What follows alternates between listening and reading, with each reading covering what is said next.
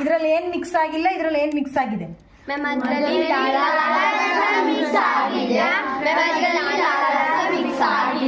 ಹೌದಾ?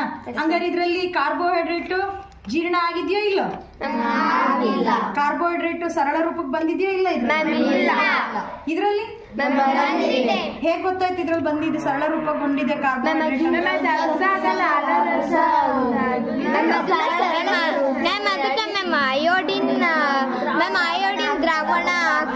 ಅಯೋಡಿನ್ ದ್ರಾವಣ ಹಾಕಿದ್ವಿ, ಆಗ ಇದು ಕಪ್ಪು ನೀಲಿ ಬಣ್ಣಕ್ಕೆ ಬಂದಿದೆ. ಹೌದಾ? ಇದು ಮಿಕ್ಸ್ ಆಗಿರೋಂತ ಅನ್ನ, ಜಗದಿರೋ ಅನ್ನ, ಲಾಲಾರಸ ಮಿಕ್ಸ್ ಆಗಿರೋದು. ಬಟ್ ಇದರಲ್ಲಿ ಕಪ್ಪು ಬಣ್ಣ ಬಂದಿಲ್ಲ. ಹಂಗಾರೆ ಇಲ್ಲಿ ಇದ್ರೊಳಗಿರೋ ಕಾರ್ಬೋಹೈಡ್ರೇಟ್ ಏನಾಗಿದೆ ಅಲೆ? ಸರಳ ಸಕ್ಕರೆ, ಸಿಂಪಲ್ ಶುಗರ್ ಆಗಿ ಏನಾಗಿದೆ? ಅದು ವಿಭಜನೆ ಆಗಿದೆ, ಡೈಜೆಸ್ಟ್ ಆಗಿದೆ ಆಲ್ರೆಡಿ. ಫುಡ್ ಫಾರ್ಮ್ ಏನಾಗಿದೆ?